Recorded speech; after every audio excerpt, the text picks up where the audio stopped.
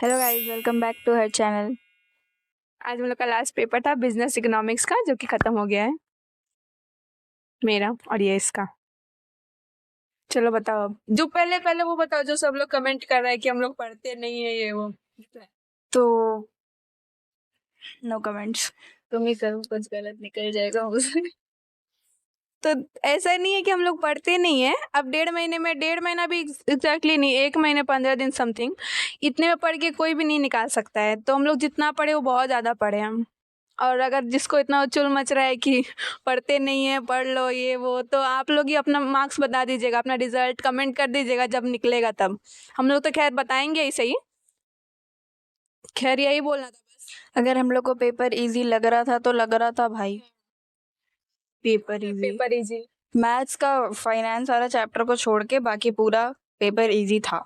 ये वाला भी पेपर इजी था। इससे में भी किसी को लग रहा है कि नहीं पढ़े हैं तो ये तुम्हारा प्रॉब्लम है। हम लोग पढ़े हैं। ये इकोनॉमिक्स का भी आज पेपर इजी आया था। सो इजी बोल रहे क्योंकि इजी सच में इजी था। हम लोग पढ़े थे और हम लोग को इजी लगा। कितने मार्क्स का अटेम्प्ट किया पेपर? हम 62 का किए हैं। हम 85। बाकी सारा तुक्का मार दिए, तो तुक्का मेरे इतना खराब नहीं होता है कि सारा गलत हो जाएगा। नेगेटिव मार्किंग सब करके बता रहा है। तो नेगेटिव मार्किंग ऐसा नहीं कि हाँ अंदाजा तुक्का मार दिए।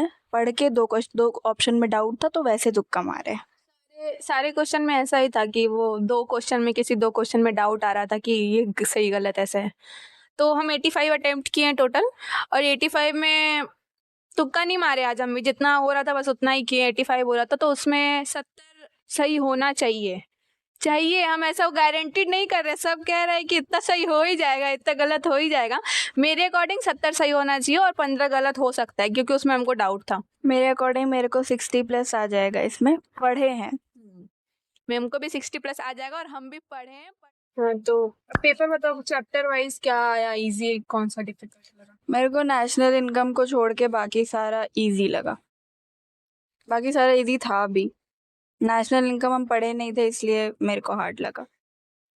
हमको नेशनल इनकम था थोड़ा हार्ड, क्योंकि मतलब उसमें वो था ना पर्सनल इनकम और वो वाला सब, वो टॉपिक पढ़े ही नहीं थे, तो वो थोड़ा सा डिफिकल्ट लगा। और एक प्राइस डिटर्मिनेशन वाला चैप्टर में कुछ क्वेश्चन ऐसा था, घुमाने वाला था। क्वेश्चन शायद इजी ही था बट थोड़ा ऐसे घुमा रहा था, या ऑप्शन थोड़ा घुमा रहा था, तो वो थोड़ा सा टफ लगा। और लास्ट में हमको टफ लगा वो इंडियन इकोनॉमी चैप्टर का।